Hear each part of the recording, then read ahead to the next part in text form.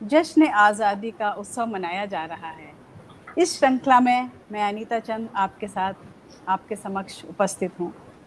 आज की शाम को यादगार बनाने के लिए आज हमारे साथ हमारे स्टूडियो में दो अतिथि हमारे साथ हैं। हमारे अतिथि श्रीमती रेनू हुसैन जी और दूसरे अतिथि हमारी श्रीमती नीतू सिंह राय हैं। रेनू जी का मैं संक्षिप्त परिचय आपके समक्ष प्रस्तुत करती हूँ।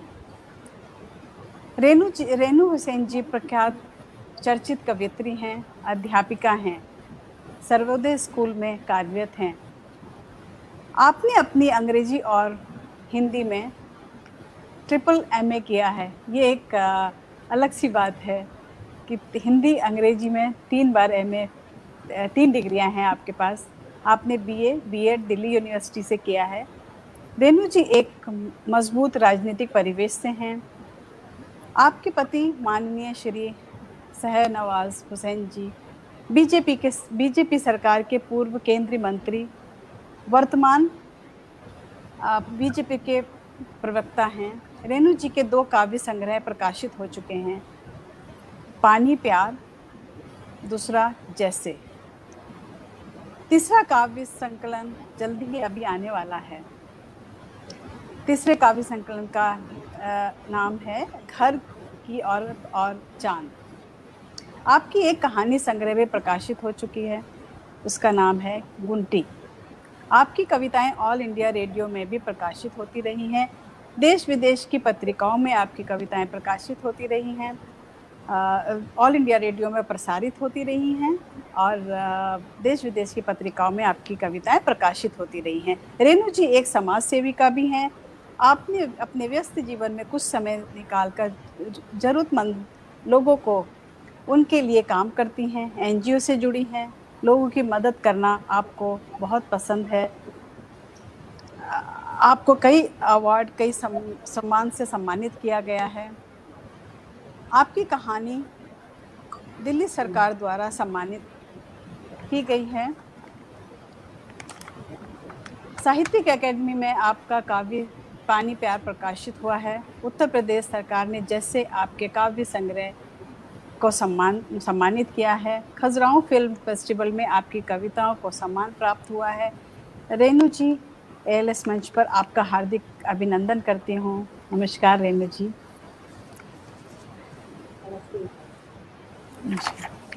अब हमारी दूसरी अतिथि हमारे साथ जो हैं नीतू सिंह राय, श्रीमती नीतू सिंह राय जी। आवाज़ आ रही है?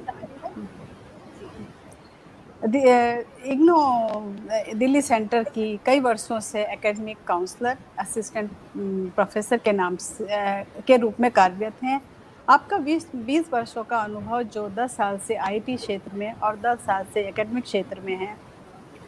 आप एक चर्चित कवित्री हैं, लेकिन आपको बहुत पसंद है, बहुत कविताएं, गज़ल, गीत लिखती हैं। साहित्य के क्षेत्र में आपका कार्य सराहनीय है। आपका काव्य संग्रह हौसलों की उड़ान 2016 में प्रकाशित हो चुका है। नीतू सिंह राय राष्ट्रीय महिला काव्य मंच की महासचिव, साथ में फाउंडर ट्रस्टी भी हैं। आपने बीएड, एमए अंग्रेजी राजनीति शास्त्र से किया है, राजनीति शास्त्र अंग्रेजी में, और राजनीति शास्त्र में आपने एमए किया है। अभी राजनीति शास्त्र में पीएचडी कर रही हैं। आपकी कविताएं कई पत्र पत्रिकाओं में प्रकाशित हो चुकी हैं। आकाशवाणी दिल्ली से हिंदी एवं अंग्रेजी में प्रसारण हो चुका है। कई टीवी चैनल में भी आपकी कविताओं का प्रसारण हो चुका है। आपको नंदिनी विमेन अचीवर अवार्ड से सम्मानित किया है। अखिल भारतीय हिंदी साहित्य सम्मेलन काव्य पत्रिका सम्मान 2018 में मिला है। व्यक्तित्व साहित्य सम्मान उत्तर प्रदेश से आपको मिला है। नीतू सिंह राय जी, आपका एएलएस मंच पर हार्दिक अभिनंदन करती हूँ। नमस्कार नीतू जी। अब आज हम आज़ादी स्वतंत्रता दिवस मनाने के लिए वर्चुअली यहाँ इस मंच पर एकत्रित हुए हैं। और ये आज हमारा जो काव्य चर्चा है, जैसे हमारा 3 दिन से एक उत्सव चल रहा है, हर दिन कुछ नया नए मेहमान के साथ हम यहाँ उपस्थित हुए हैं, तो आज हमारा काव्य चर्चा है। तो रेणु जी, मैं आपसे आगाज करती हूँ काव्य चर्चा का। आपका जो काव्य संग्रह है, आप देश विदेश में भ्रमण करती हैं और आपको बहुत पसंद है घूमना। उसी से संबंधित कोई कविता आप हमें सुनाइए जो आज के और इस स्वतंत्रता दिवस पर हम अपने दर्शकों के साथ आपकी कविता का मनोरंजन ले सकते हैं। प्लीज। धन्यवाद अनीता जी। नीतू सिंह जी नमस्ते।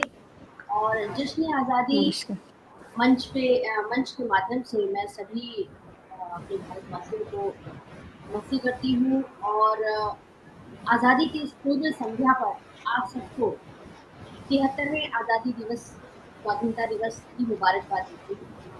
तो हमने जो आज़ादी इतनी मुश्किलों से पाई और आज हम यहाँ तक आ पाए। तो अनीता जी, आपने हमारा परिचय पढ़ा, बहुत अच्छा, शुक्रिया।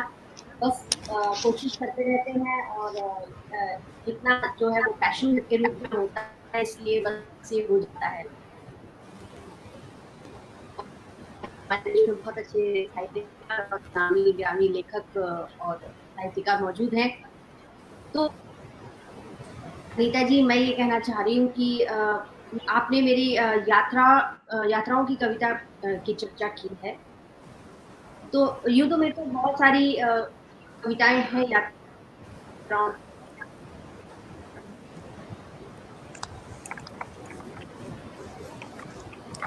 आप थोड़ा सा नेटवर्क का अगर प्रॉब्लम है तो नीतू जी, हम आपसे कविता हम आपसे सुन लेते हैं तब तक, और बीच में फिर रेणु जी आ जाएंगी, हम उनसे सुनेंगे। तो नीतू जी,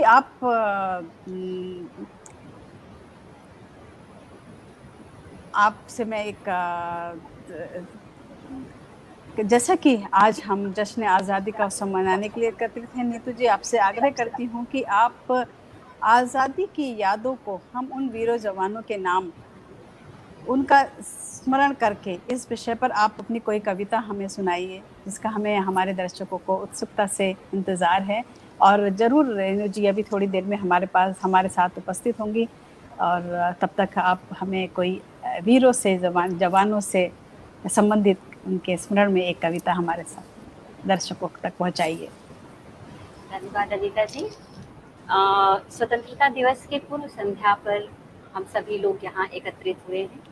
सबसे पहले मैं सभी को स्वतंत्रता दिवस की बधाई देना चाहूँगी और एक मुक्तक से मैं अपना काव्य पाठ प्रारंभ करना चाहूँगी। करते हैं नमन हम आज, करते हैं नमन हम आज, आजादी के दीवानों को करते हैं नमन हम आज, आजादी के दीवानों को। आजादी के धुन में रमे, आजादी के धुन में रमे, समा के उन परवानों को करते हैं नमन हम आज, आजादी के दीवानों को। भगत सिंह चंद्रशेखर आजाद, बिस्मिल और अशफाक को। भगत सिंह चंद्रशेखर आजाद, बिस्मिल और अशफाक को करते हैं याद हम आज, करते हैं याद हम आज, उनके अमर बलिदानों को करते हैं नमन हम आज, आजादी के दीवानों को। धन्यवाद रेणु जी। धन्यवाद नीतू जी। और आप अपनी कविता कंटिन्यू करिए और फिर रेणु जी आकर के अपनी कविता करेंगी। आप नीतू जी आप अपना कविता ये एक मुक्तक के बाद मैं जी कुछ और कहना चाहूँगी। इस आज़ादी के लिए बहुत से लोगों ने कुर्बानी दी है और आज भी दे रहे हैं। तो उन वीर जाबाजों के नाम मैं एक गीत का एक अंतरा बस समर्पित करती हूँ। जो मर मिटते हैं मातृभूमि पर, जो मर मिटते हैं मातृभूमि पर, अपना फर्ज निभाने को कहते नहीं है जाना, इस तरह से इनके जाने को कहते नहीं है जाना, इस तरह से इनके जाने को हो जाते हैं बलिदानी अमर, हो जाते हैं बलिदानी अमर, परचम साहस का लहरा कर, हो जाते हैं बलिदानी अमर, परचम साहस का लहरा कर। ऊंचे पर्वत पर दूर कहीं, ऊंचे पर्वत पर दूर कहीं, तिरंगा अपना फहरा कर, बन मूरत जन जन के दिल में, बन मूरत जन जन के दिल में, बसते हैं पूजे जाने को, जो मर मिटते हैं मातृभूमि पर, अपना फर्ज निभाने को, जो मर मिटते हैं मातृभूमि पर, अपना फर्ज निभाने को कहते नहीं है जाना, इस तरह से इनके जाने को। धन्यवाद। बहुत सुंदर आपने बहुत सुंदर गीत सुनाया और वीर जवानों के लिए जो आपने अपनी भावनाएं इस गीत में पिरोई हैं वो बहुत सुंदर हैं। उससे ही मैं आप हम 3 महिलाएं आज एक साथ जुड़ी हैं, तो मैं सोचती हूँ कि आज़ादी के जो हम जश्न मना रहे हैं, एक और ऐसी महिला को अपने साथ जोड़ लेते हैं जो हमारी स्वतंत्रता सेनानी, जो हमारे आंदोलन में रही हैं, सुभद्रा कुमारी चौहान।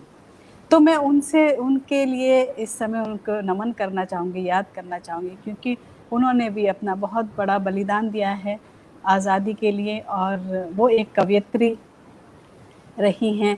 और जब उनका जन्म हुआ वो भी 16 अगस्त 1904 में उनका जन्म हुआ है।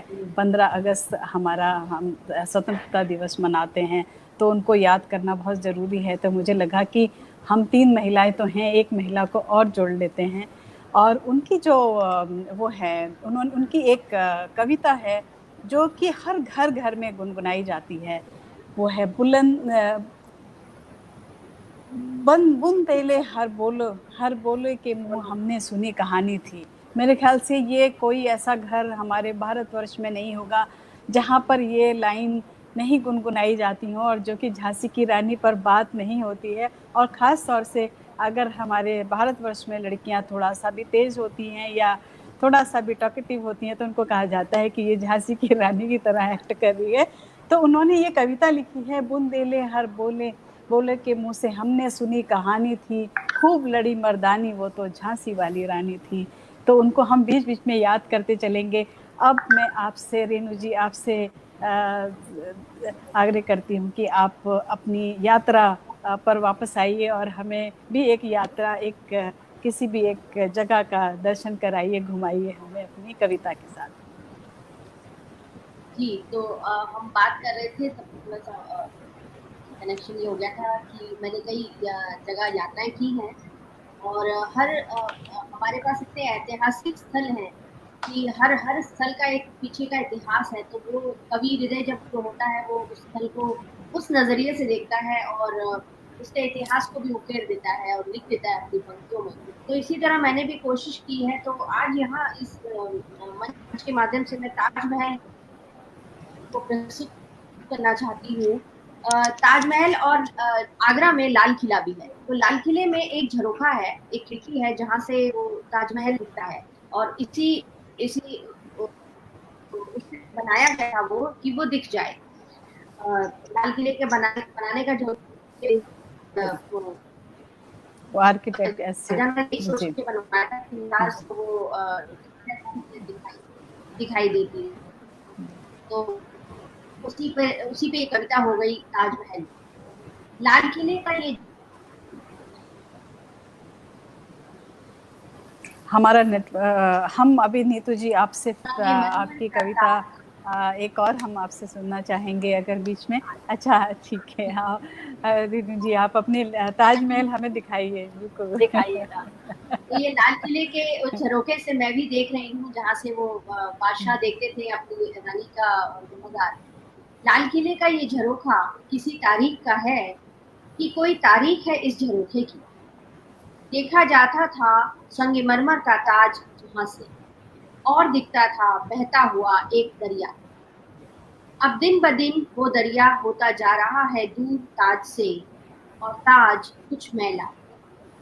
अब झरोखे से देखने को न कोई ताजदार है, न महल के ताजदार को देखने वाला कोई कामगार। खुद अपनी मजार पे दिया जलाकर ताज जिंदा रखता है अपनी रूह को। अक्सर चांदनी में नहाकर वो रहता है मुंतजिर अपने शहंशाह का। अब सदियों से वहां न वादाए वफा है, न फिजा, न वो हवा है, न कोई नज़्म मुकर्रर है, न कोई बेकरार है। अब नए लोग हैं दरिया के किनारे, नई बातें हैं, नए किस्से, नई गुफ्तगुएं हैं। इस नई सदी में अब ताज हो गया है अकेला और उदास। ताज हो रहा है तारीख अब, ताज हो रहा है तारीख अब।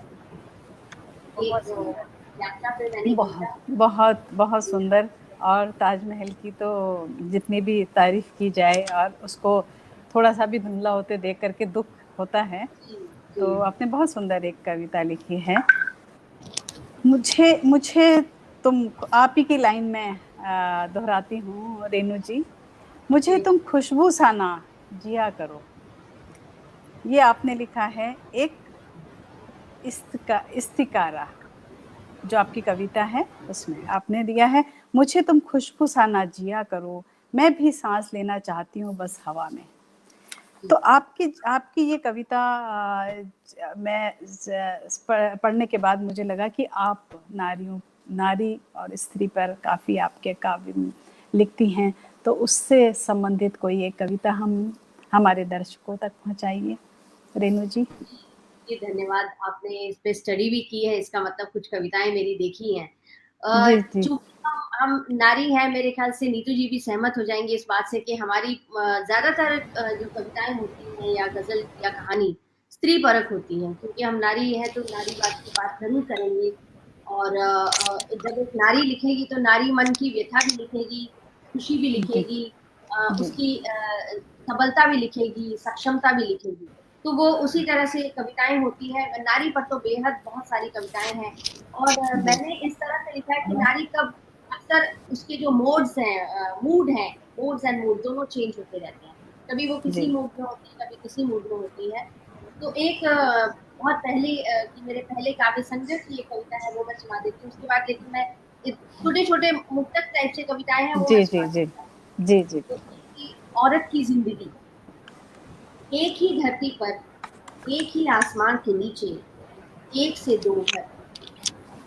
इन्हीं दो घरों में एक औरत करती है सफर। एक घर में खिलती है, फैल जाती है, दूसरे में कैद होकर सिमट जाती है।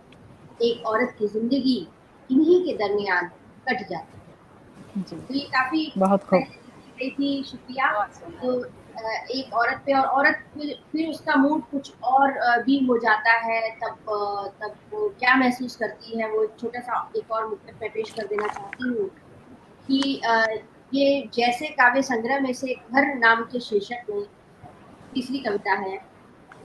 वो घर मेरा न था, ये घर मेरा हो न सका। जो वहां दिया मेरा न था और यहाँ जिया न गया। एक शख्स वहां रह गया, एक शख्स यहाँ लाया न गया। लिखा गया वहां खूब मगर नगमा कोई यहाँ गाया न गया। और कितने हिस्सों में तकसीम हो जाऊं, कितनी बार बंट जाऊं मैं, कितनी सरहदें बनी मगर घर कोई मेरा बनाया ना गया। घर कोई वाह! मेरा बहुत बनाया ना बहुत खूब, बहुत। गया। बहुत और खूब। कभी शुक्रिया नीतू जी। कभी कभी वो औरत महसूस करती है कि उसे उसके लिए कैसा एक दिन ऐसा होना चाहिए जो सिर्फ उसका दिन हो।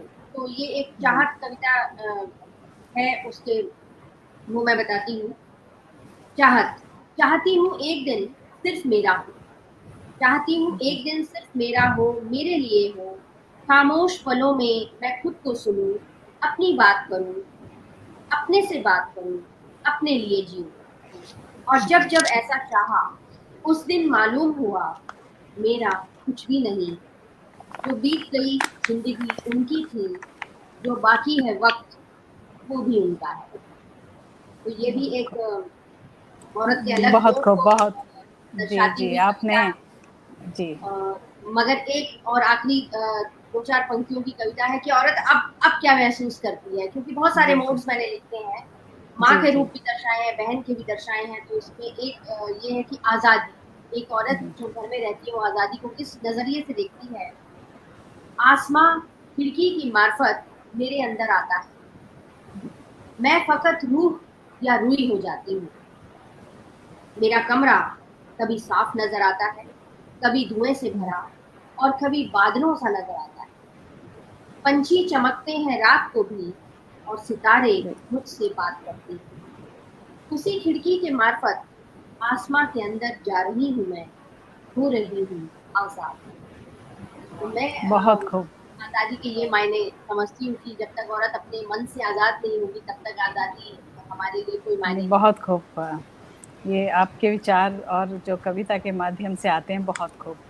आप ही की दो लाइन में फिर से यहाँ व्यक्त करती हूँ। गुफ्तगू को बदन चाहिए, जी गुफ्तगू को बदन चाहिए कि कानों में फुसफुसा के पत्ते कुछ कह रहे सरसरा के। लहरें साहिल से, धूप शामों से मचल कर, परिंदे तिनकों को कहें जवानी की, आंखों को ख्वाब की नींद चाहिए, गुफ्तगू को बदन चाहिए। ये आपकी जो पंक्तियां हैं वो दिल को छू लेने वाली पंक्तियां हैं। और रेणु जी, मैं आप एक अध्यापिका हैं और आपका जो एक विद्यार्थी से सीधा संबंध है। जी तो मैं आपसे आप कुछ कविताएं आपने जब आप किसी भी विद्यार्थी के साथ जैसी बात देखते होंगे कि क्या चल रहा है, उस नई पीढ़ी के लिए आपने कभी कुछ नया लिखा हो और कोई संदेश हो, तो आप जरूर हमारे साथ, हमारे दर्शकों तक पहुंचाइए। रेणु जी। तो शुक्रिया गीता जी। देखिए हमारा तो रोज ही अपने स्टूडेंट से वास्ता पड़ता है। और शिक्षक के पास वो ताकत होती है कि वो अपने स्टूडेंट को उसके अंदर वो लौ जगा दे, वो मशाल जगा दे कि वो आगे चलकर के एक अच्छा नागरिक बन सके, या जी वो जिस फील्ड में जाना चाहे वो उसमें बिल्कुल निष्ठापूर्वक बहुत ही सशक्त रूप से अपना कर्म निभा सके। तो ये एक जी टीचर को ही उसमें देना होता है। और चूंकि मैं लिखती हूँ तो मैं अपने बच्चों को ये भी बोलती हूँ कि आपको भी लिखना चाहिए, क्योंकि जब जो लेखक होता है वो सबसे पहले तो अपने अंदर से प्योर हो जाता है, शुद्ध हो जाता है, उसका मन साफ होता है, वो समाज को एक साफ नजरिए से देखता है। और वो खुद भी परिष्कृत हो रहा होता है और दूसरों को भी करता है, समाज को भी जी करता है। तो मेरा हमेशा उनसे कहना होता है कि आप लिखो जरूर, और लिखो तो क्या लिखो, क्यों लिखो, तो उस पर मैंने एक नज्म बनाई है जो मैं आपको पेश कर देना चाहती हूँ। इसका जी शीर्षक आ है गए। आवाज। और मैं हर नौजवान को, हर लेखक को इसकी आह्वान करती हूँ। तो वो यूं है कि लिखो लिखो, लिखो लिखो कि कलम से मर्म गिरे, लिखो कि लफ्जों को ना आराम मिले, लिखो कि अल्फाज लिखे जाने को तड़पते रहे, कागज पे उतरने को एहसास मचलते रहे। लिखो कि हर कामगार का दर्द बहे, लिखो कि गरीबों के ऋण कैसे बढ़े, लिखो किसानों की खुदकुशी का राज और दुखिया के आंसुओं की कहानियां लिखो। लिखो कि कलियों को हंसने तक से रोका गया, पौधा किसी जमीन का कहीं और ही रोपा गया। लिखो कि प्यास बुझाने को मीलों तक चलना पड़ा और कहीं डूब के पानी में कई गांवों को रहना पड़ा, जैसे आजकल हो ही रहा है, बाढ़ आ रही है। लिखो कि बेकसूर ही मारा जाता है और शहादत का लहू जाया जाता है। लिखो कि रूह की पुकार दबी न रह जाए, लिखो कि ये तारीख गुमनाम न रह जाए। लिखो कि जिस दरबान ने झुक कर दरवाजा खोला, उसके चेहरे पर बदकिस्मती की लकीरें रही। लिखो कि जिसने पोंछ पोंछ कर तुम्हारा घर चमकाया, वो 3 बेटियों की माँ निगाहे हकीर रही। लिखो कि कश्मीर की परी और दिल्ली की दामिनी के आंसू एक हैं, जान जिस मासूम की जाए रंग एक है।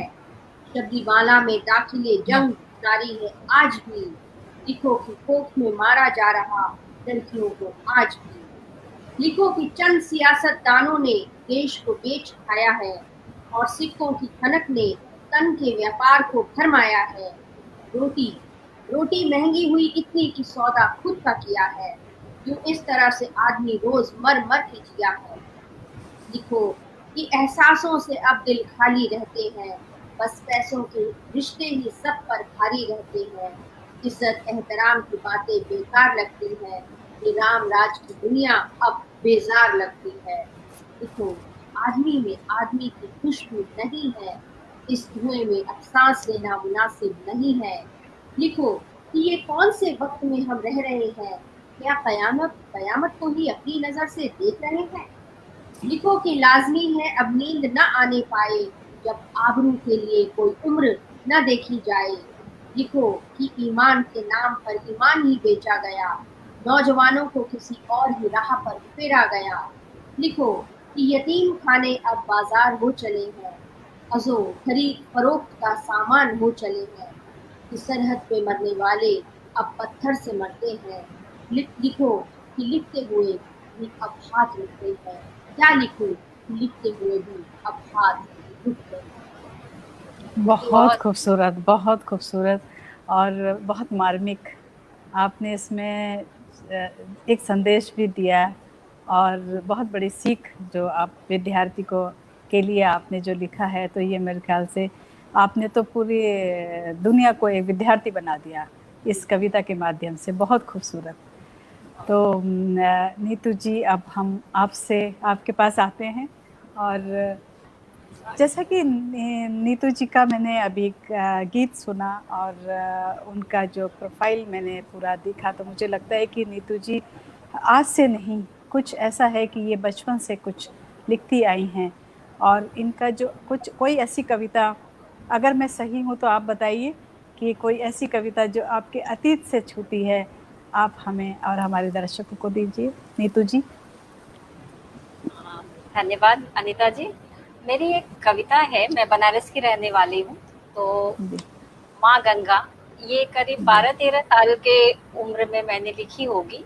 मैं कविताएं बचपन से लिखती थी, पर ये पता नहीं था कि इसे कविता कहते हैं। तो ये कविता मुझे, मैं 11वीं क्लास में रही होगी, जब कहीं ऐसे ही किताबों में से रफ करने के लिए कुछ ढूंढ रही थी, तो उसमें से मिला था। तो ये कविता मैं आपसे आज शेयर करना चाहूंगी, आप तो सभी से। बहुत सही सवाल किया मैंने, और आपको बचपन में वापस जाने के लिए तो आप जरूर बनारस में गंगा को माँ गंगा या गंगा जी कहा जाता है, तो वही चीज आप इस कविता में देखेंगी। शीर्षक इसका रखा है परोपकार की गंगा। माँ गंगा के जल को बहते देख, माँ गंगा के जल को बहते देख, एक विचार मेरे मन में आया, निरंतर चलते हुए भी अद्भुत है इसकी काया। निरंतर चलते हुए भी अद्भुत है इसकी काया, कभी न थकती कभी न रुकती, ना ही कुछ बदलती। कंकड़ पत्थर और चट्टानों की ये चोट कैसे है सहती। इतना अथक परिश्रम यह किसके लिए है करती, इतना अथक परिश्रम यह किसके लिए है करती। अपने लिए नहीं अपने लिए नहीं ये तो है दूसरों के लिए चलती, अपने लिए नहीं ये तो है दूसरों के लिए चलती। पशु पक्षी और राही अपनी प्यास बुझा लेते हैं, पशु पक्षी और राही अपनी प्यास बुझा लेते हैं, पर इसके बदले गंगा माँ को क्या देते हैं, पर इसके बदले गंगा माँ को क्या देते हैं।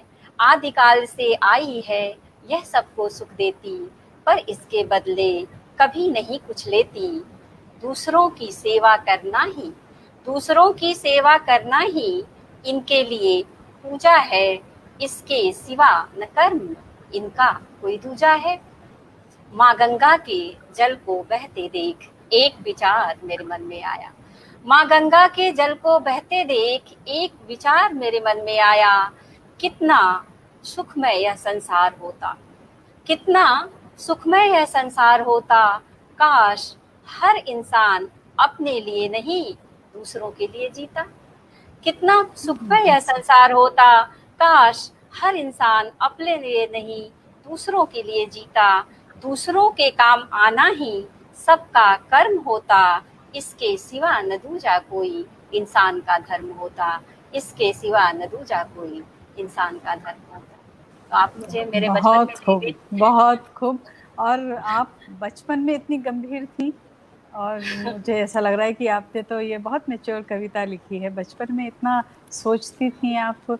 बहुत सुंदर कविता है आपकी। और अभी जो है नीतू जी, हमें आप अभी हम आपको इधर जाने नहीं देंगे, और अभी आपसे और 2 सवाल एक साथ 2-4 और सवाल करेंगे, टाइम है हमारे पास। तो तिरंगे की शान में आज़ादी मिले कई दशक हो गए, आज़ादी का जो असर है वो हमारे नौजवानों पर क्या पड़ रहा है, इससे संबंधित आपके पास कोई कविता है जो कि एक संदेश भी हो जाए और आज़ादी भी समझ में आ जाए हमारी नई पीढ़ी को? नीतू जी। आज़ादी का जो संदेश है, अब नौजवान का जो व्यू है वो बिल्कुल क्लियर है। सभी लोग आगे बढ़ना चाह रहे हैं और समानता की बात आ गई है, चाहे लड़का हो या लड़की हो।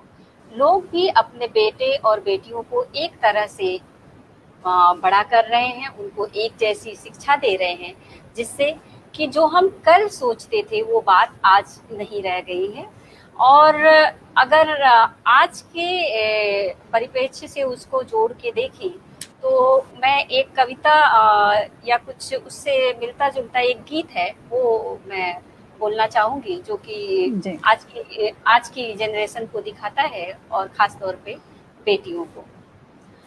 इस गीत से पहले मैं एक मुक्तक पढ़ती हूँ आज की बेटियों के नाम। आगे बढ़ने से सकुचाती थी कल की बेटियां, आगे बढ़ने से सकुचाती थी कल की बेटियां, घरों में बैठ जाती थी डर के बेटियां। कर लिया है हासिल, कर लिया है हासिल, अब हर एक मुकाम को कर लिया है हासिल, अब हर एक मुकाम को। बेटों से कहाँ कम है, बेटों से कहाँ कम है आजकल की बेटियां, बेटों से कहाँ कम है आजकल की बेटियां। तो आज के दौर में अब ऐसा नहीं है कि चाहे सरहद पे हो चाहे देश की बात हो, अब हर जगह बेटियां आगे बढ़ के उसका उसमें कंधे से कंधा मिलाकर साथ दे रही हैं। तो इसको मैं आज़ादी से जोड़ती हूँ। हमारी जान तिरंगा है, हमारी शान तिरंगा है, हमारी जान तिरंगा है, हमारी शान तिरंगा है। भारत की हर बेटी का, भारत की हर बेटी का मान तिरंगा है, हमारी जान तिरंगा है, हमारी शान तिरंगा है। अपने ही हाथों अपनी ये किस्मत अब लिख जाती है, अपने ही हाथों अपनी ये किस्मत अब लिख जाती हैं। जीत की ओर एक और नया कदम बढ़ाती हैं। माथे की बिंदी और गले का हार तिरंगा है। रेणु जी को समर्पित ये लाइन लग रही है। माथे की बिंदी और गले का हार तिरंगा है, हमारी जान तिरंगा है, हमारी जान तिरंगा है। सपनों के पर लगा बेटियां दूर गगन उड़ जाती हैं। सपनों के पर लगा बेटियां दूर गगन उड़ जाती हैं। अवनी मोहना और भावना भारत के गीत सुनाती हैं। कर सलाम तिरंगे को ये आगे बढ़ती जाती हैं। विश्व पटल पर लहराता सरेआम तिरंगा है। विश्व पटल पर लहराता सरेआम तिरंगा है। आखिरी बंद है। वन पंछी खेतों के मेड़े पर हाथों को लहराती हैं। वन पंछी खेतों के मेड़े पर हाथों को लहराती है। हिमा दास किसान की बेटी स्वर्ण पदक ले आती है। हिमा दास किसान की बेटी स्वर्ण पदक ले आती है। भारत के जन जन का अभिमान तिरंगा है। हमारी जान तिरंगा है, हमारी शान तिरंगा है। धन्यवाद। बहुत बहुत खूब, बहुत खूब। और तिरंगे का जो आज दिन है, और आपने बहुत खूबसूरती से सारी कुछ उसकी जो बेटियां हैं उनको लेकर के आपने, हमारे पास थोड़ा टाइम जल्दी जल्दी जा रहा है, और मेरे पास वो मैं चाहती हूँ कि आप दोनों से एक सवाल।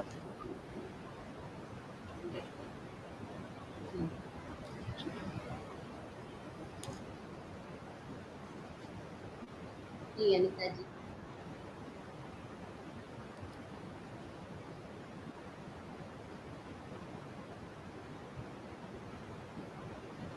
अनिता जी अभी हमसे जुड़ेंगी।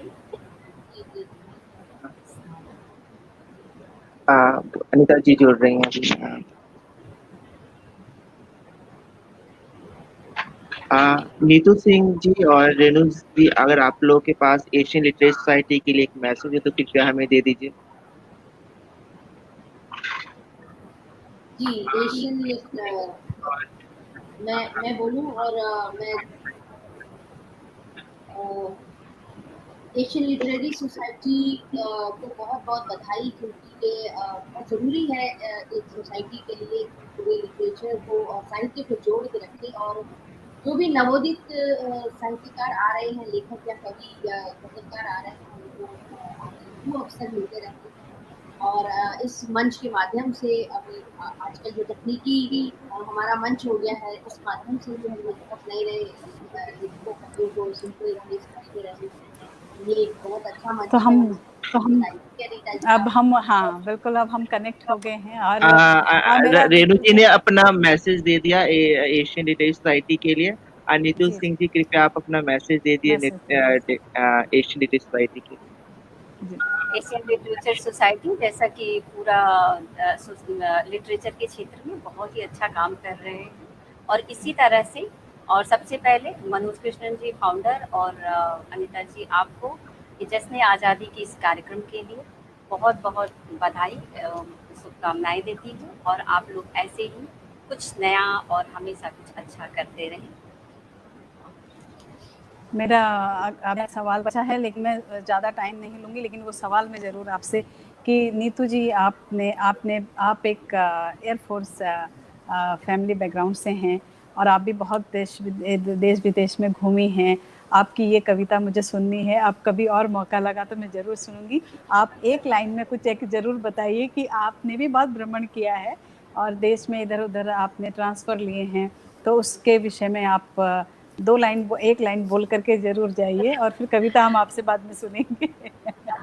मेरे हस्बैंड एयरफोर्स में अभी विंग कमांडर है, और आप जानती हैं जैसा फौजी लाइफ होता है कि हर जगह रहना होता है, तो उस तरह से मैं कई प्रदेशों में रही हूँ, जैसे आंध्र प्रदेश, तमिलनाडु, मेघालय, महाराष्ट्र, बहुत सारी जगहों पे। तो जैसा कि आपके पास समय की कमी है, तो फिर बस एक मुक्तक से ख़त्म करती हूँ। चलो इंसानियत का एक नया मजहब बनाते हैं, अमन और चैन का अब एक यहाँ सरहद बनाते हैं, जहाँ शहरों में बस इंसान हो और जानवर जंगल में, एक ऐसी नई दुनिया अपना मकसद बनाते हैं। धन्यवाद अनीता जी। बहुत खूब, बहुत सुंदर। शुक्रिया। और नीतू जी, रेनू जी, मैं आपसे भी एक लाइन जो मेरा रह गया है, लेकिन कविता फिर सुनूंगी। आप आजकल बहुत गज़ल के लिए फेमस हैं, बहुत चर्चित हैं, तो कोई छोटा सा एक मुक्तक आप भी हमें सुनाइए गज़ल से, क्योंकि गज़ल हमने सुना है कि उसमें इश्क मोहब्बत होता है, लेकिन आप कुछ इंसानियत पर भी लिखती हैं, या जो भी आप लिखती हैं उससे ही हम इस महफिल का करेंगे। एंड जब आप एक गज़ल का मुक्तक सुनाइए धन्यवाद। रेनू जी। गज़ल के लिए तो सच में समय बहुत चाहिए होता है, लेकिन और नीतू जी, मैं भी बता दूं, मैं भी एयरफोर्स की ही बेटी हूँ। मेरे फादर अरे वाह, बहुत बढ़िया। बहुत क्या है, हमारी स्कूलिंग ही सेंट्रल स्कूल में हुई है, आजीवन हम लोग घूमते ही रहे हैं, तो ये बातें फिर हम जरूर करेंगे आपसे शेयर। जरूर जरूर। अभी समय कम है, तो मैं अपनी गज़ल की जो है मतलब और चंद शेर प्रस्तुत कर देती हूँ, शायद तब तक समय भी हो जाएगा, और मैं तरन्नुम से सुना देती हूँ। सच भी दिख जाएगा फसाने में, सच भी दिख जाएगा फसाने में, वक्त लगता है आजमाने में, सच भी दिख जाएगा फसाने में, वक्त लगता है आजमाने में, रूह जलती है और गम पिघलते हैं, रूह जलती है और गम पिघलते हैं, रूह जलती है और गम पिघलते हैं, खुद भी रोता क्षमा जलाने में, खुद भी रोता क्षमा जलाने में, वक्त लगता है आजमाने में। एक शेर और प्रस्तुत कर देती हूँ, आप समय मुझे इशारा कर दीजिएगा। समय हो चुके हैं, लेकिन चलिए एक शेर लास्ट में बोल कर ही हटूंगी अब। अभी हमारे जो बिल्कुल, फाउंडर हैं वो आ जाएंगे, नहीं तो अभी टाइम है। आप एक शेर और प्रस्तुत कर देती हूँ। यूं जी। समंदर से ना ये नदी मिलती, यूं समंदर से ना ये नदी मिलती, यूं समंदर से ना ये नदी मिलती, कायनातें लगी मिलाने में, वक्त लगता है आजमाने में, सच भी दिख जाएगा फसाने में, वक्त लगता है आजमाने में। शुक्रिया। बहुत बहुत खूबसूरत। और नहीं, वक्त नहीं लगा हमें आजमाने में, हमने आपको बहुत जल्दी जान लिया। Thank you so much. आज की शाम हमारी बहुत अच्छी शाम, यादगार शाम रही, और स्वतंत्रता दिवस पर आप सभी को ढेर सारी शुभकामनाएं। हमारे साथ जो जुड़े हैं हमारे दर्शक, उनको भी ढेर सारी शुभकामनाएं। बहुत सारा आभार कि आपने हमारा साथ दिया, और हम लोगों ने ये सेशन बहुत सफलतापूर्वक और बहुत ही रोचक रहा। Thank you so much. फिर मिलेंगे, जल्दी मिलेंगे। बहुत सारी शुभकामनाएं आपको।